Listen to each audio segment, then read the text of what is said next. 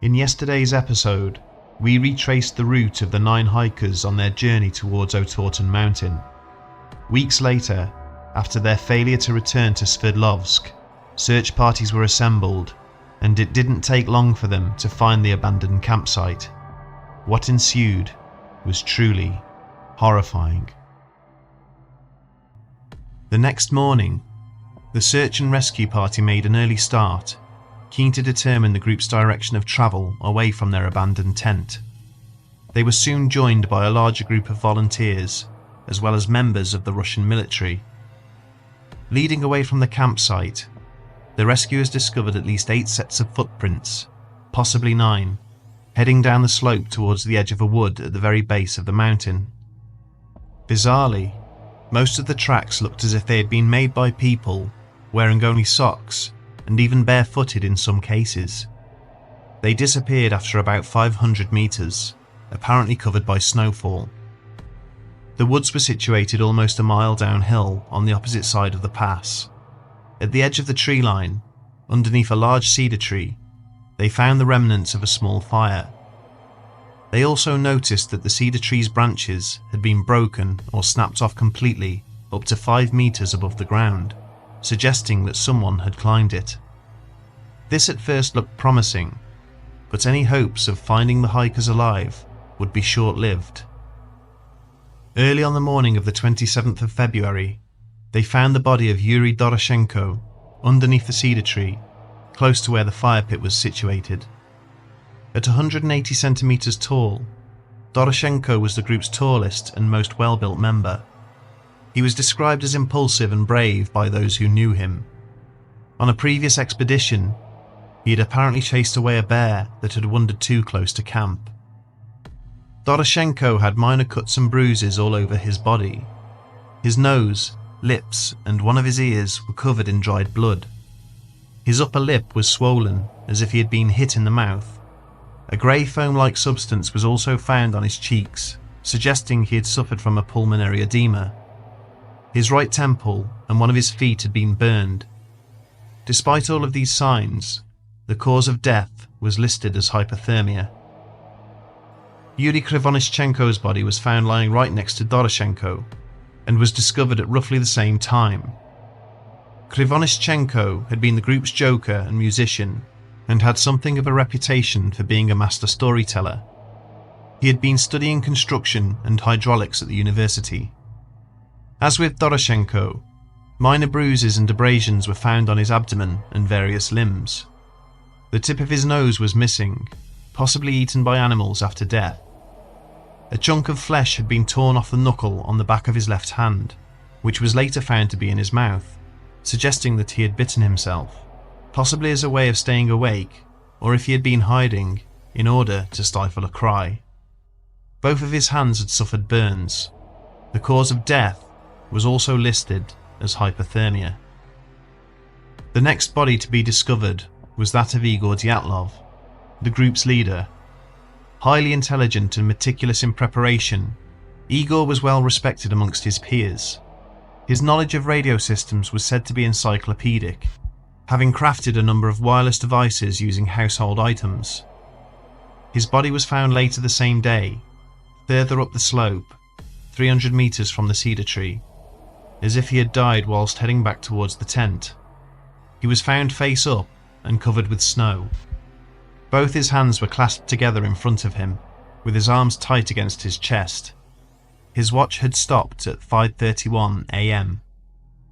Like the others, he had minor abrasions and bruises. Blood was found on his lips, and his lower jaw was missing an incisor.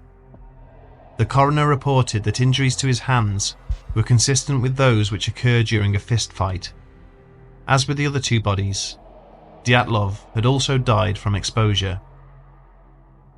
The last hiker to be found that day was Zinaida Kolmogorova. Zinaida, or Zina, was regarded as lively and bright by her friends. She had a natural warmth, and her outgoing personality was very welcoming.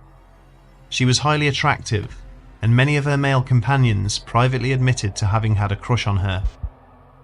Her body was discovered face down, 630 meters away from the cedar tree.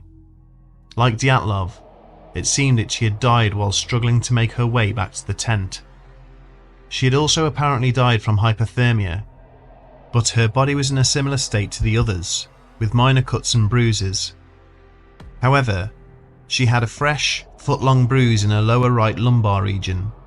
It appeared as though she had been hit with a blunt object, such as a baton or the butt of a rifle. The coroner also found that she was not sexually active. This was investigated in order to determine relationships within the group, and whether this could have been a cause for any kind of friction between the male members. Rustem Slobodan's body was not discovered until the 5th of March. Slobodan was the group's second musician, and he always carried a mandolin with him on every single hike.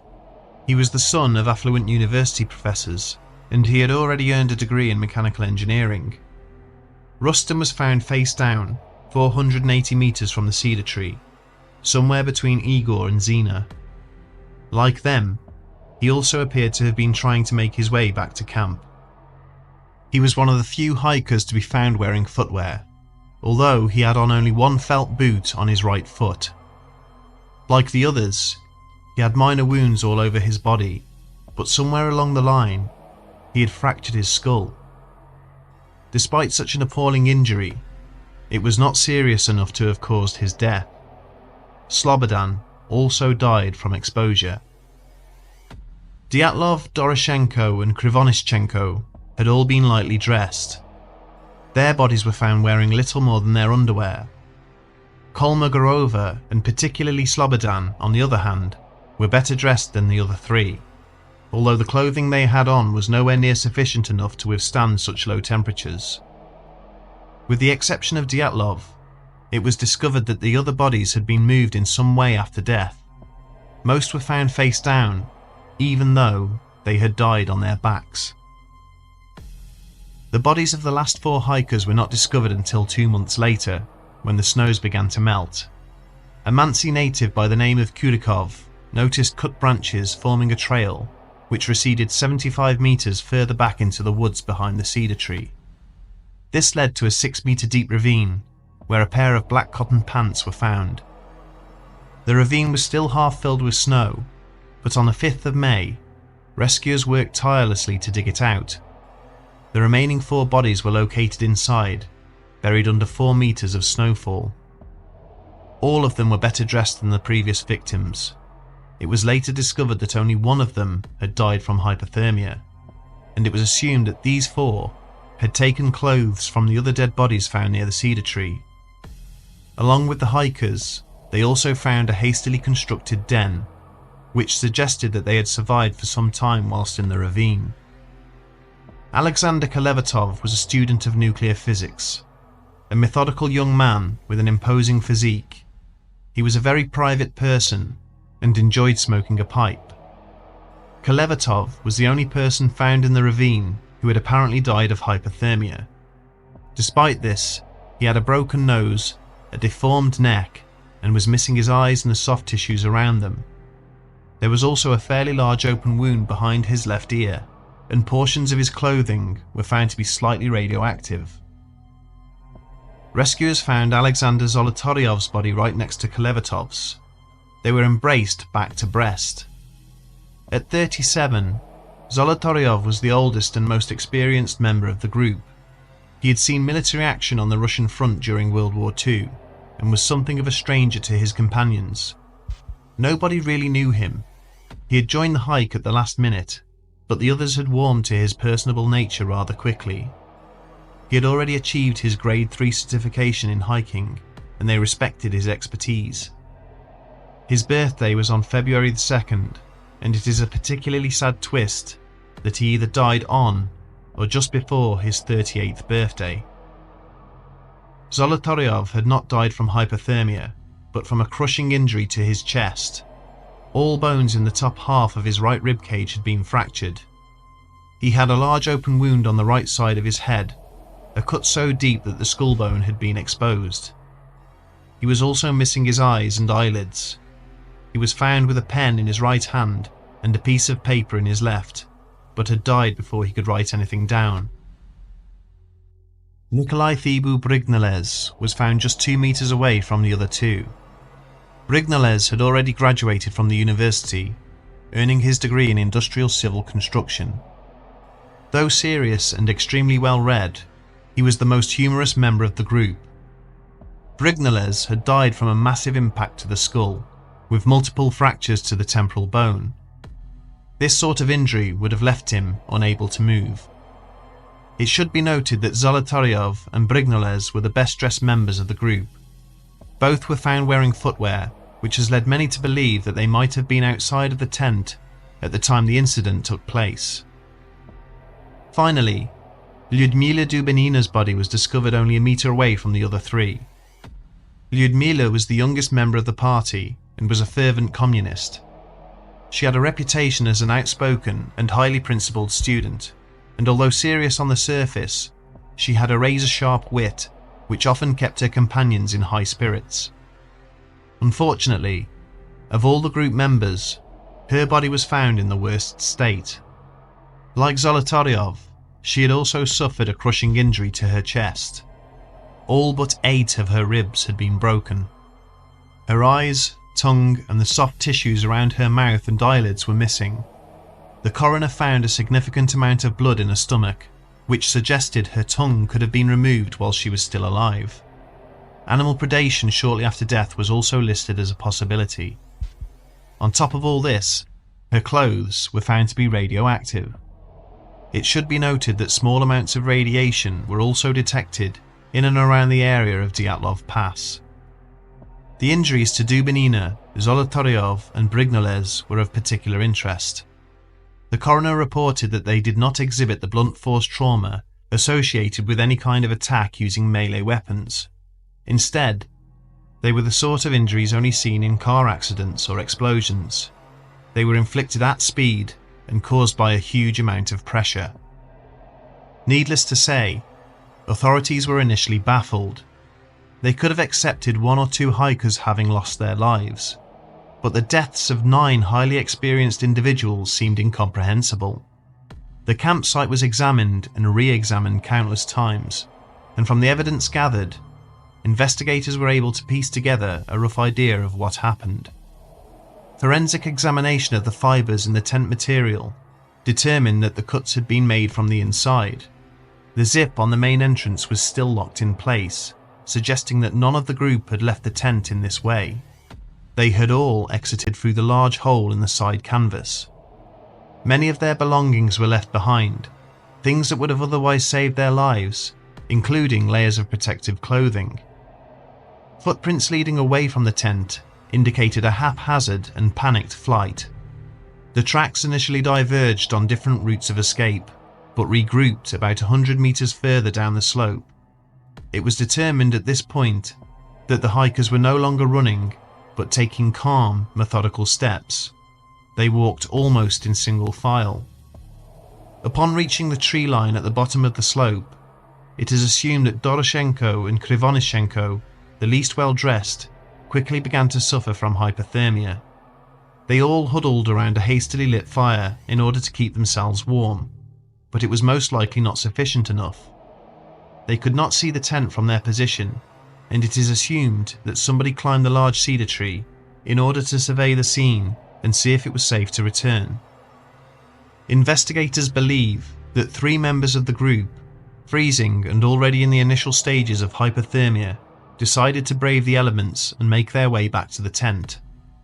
The remaining 4 members stayed behind to look after Doroshenko and Krivonishenko, hoping the other 3 would return with provisions. Little did they know it, but Dyatlov, Slobodan and Kolmogorova would expire at various stages of their ascent. After the deaths of Doroshenko and Krivonishenko, and with still no sign of the other 3, the remaining 4 members decided to head into the woods for better protection from the weather. Stumbling through the darkness, 3 of them fell from a height of 6 meters into the ravine and suffered appalling injuries. An alternative to this theory is that they all made it to the bottom of the ravine, but were crushed under a massive collapse of ice and snow from above.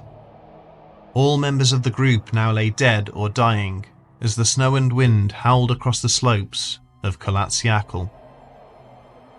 Authorities were fairly confident that this is what happened, or some small variation of it at least.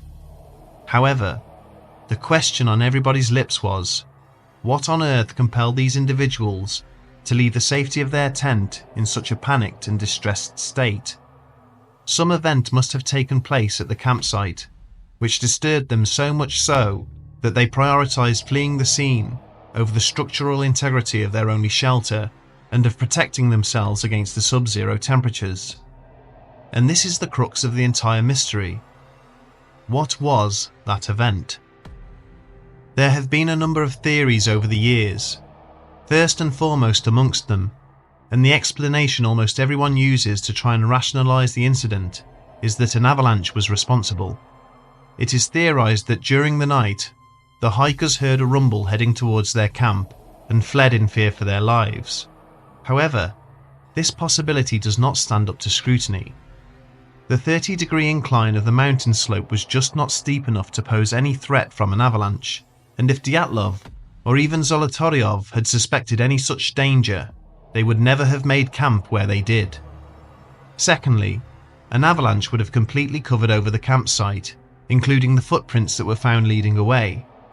The tent was only partially covered by a light snowfall, and was still standing when found. Finally, the hikers would never have been able to outrun an avalanche over such a distance. Another theory is that the Russian military had been carrying out weapons tests in the area. The Air Force was known to deploy floating mines over parts of the Ural Mountains, which are explosive devices attached to parachutes. They would usually detonate about a meter above the ground, and it is possible that one could have exploded near the tent, injuring some of the hikers in the process and causing them to flee. However, there would have been distinctive telltale signs, none of which were found, despite the area being combed extensively during the search and rescue operation. Some people suspect that the group may have been attacked or coerced into leaving the tent by a third party. Whether that third party was Russian special forces, members of local Mansi tribes, or other people wishing to do them harm. This theory is supported in some way by the fact that, whether major or minor, nearly every single member of the group had suffered some form of injury, which alluded to the possibility of a struggle having taken place. Could the calm, measured paces further down the mountain slope suggest that they were being ordered to walk away at gunpoint?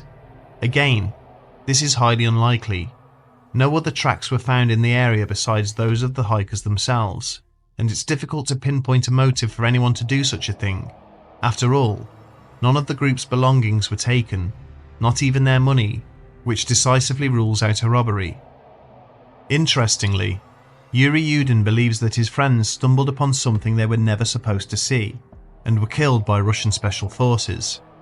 One of the lead investigators attested that the Russian military had in fact found the abandoned campsite 2 weeks before the search and rescue team, and that the discovery of other tracks in the area was covered up.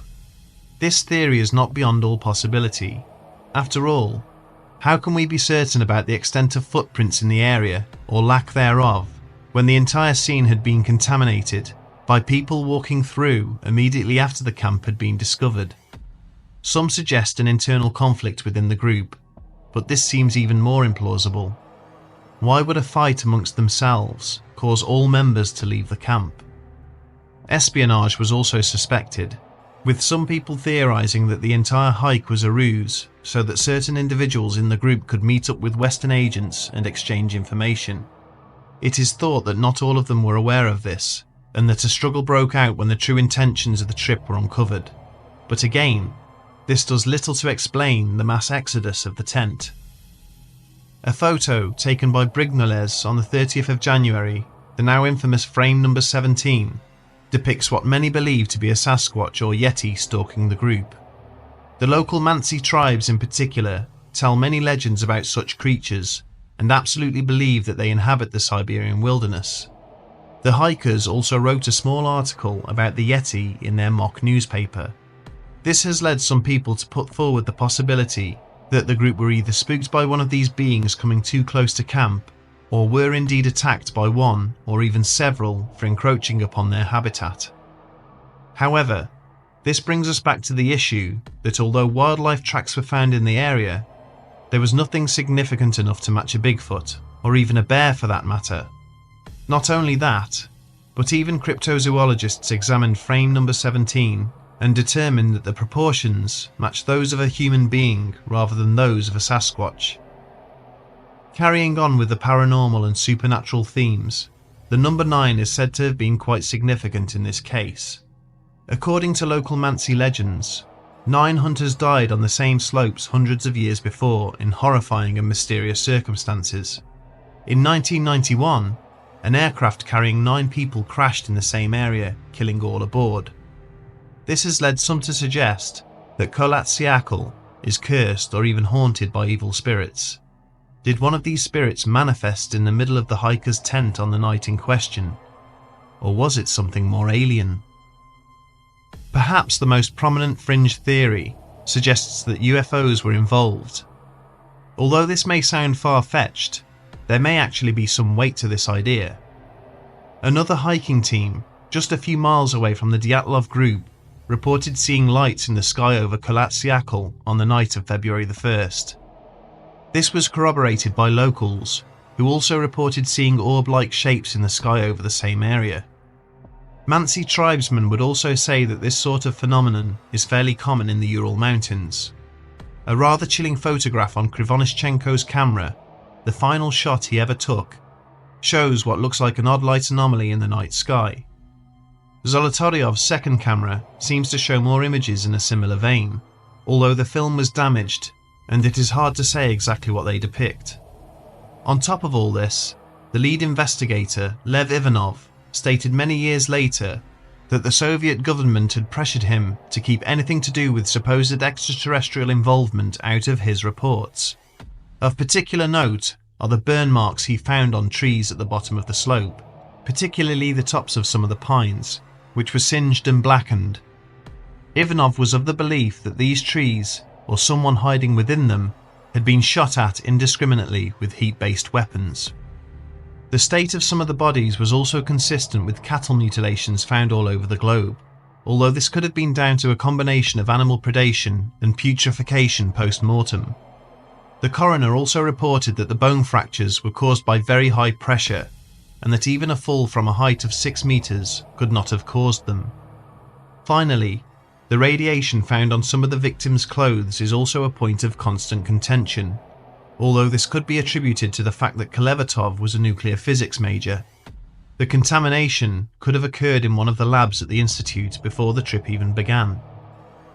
One thing a lot of people find interesting is the nature of the group's escape, particularly how the footprints seem to indicate that it had changed from frantic flight to slow measured paces further down the slope, almost as if the group had become entranced. Could they have been brought under some form of control before certain members were abducted, whilst the rest came to their senses and suddenly found themselves out in the cold a mile from their tent? Perhaps the most convincing theory of all was put forward by Donny Icar in his 2013 book Dead Mountain. Icar believed that the group were affected by a naturally occurring instance of infrasound. As mentioned in an earlier episode on Kenny Veach, infrasound is an ultra-low frequency sound wave, which is said to have extremely negative effects on human beings, causing them to feel nausea, fear, dread, and even hallucinate in some cases. Icar postulates that the group became convinced of an impending doom about to befall them, and left the tent without any consideration for how they were going to survive in the aftermath. All they could think about was escape. When they finally realised the folly in what they had done, it was far too late.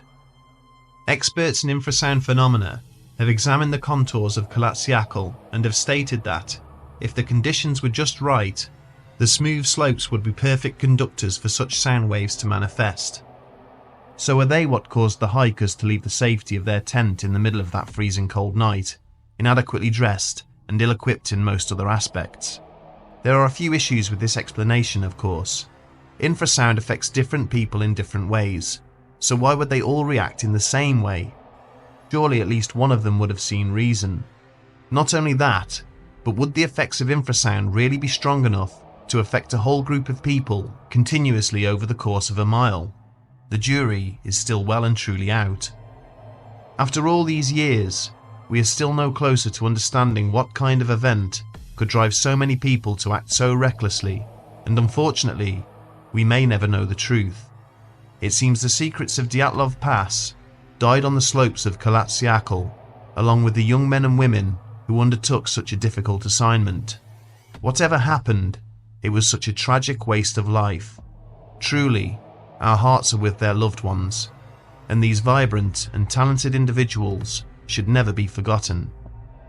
If we are to have any hope of solving this case, we should never stray from the curiosity we all feel regarding their final moments. The sounds of their toil, laughter, and even of their horror will forever echo through the lonely mountain pass where they spent their final days. May their brave souls live on forever.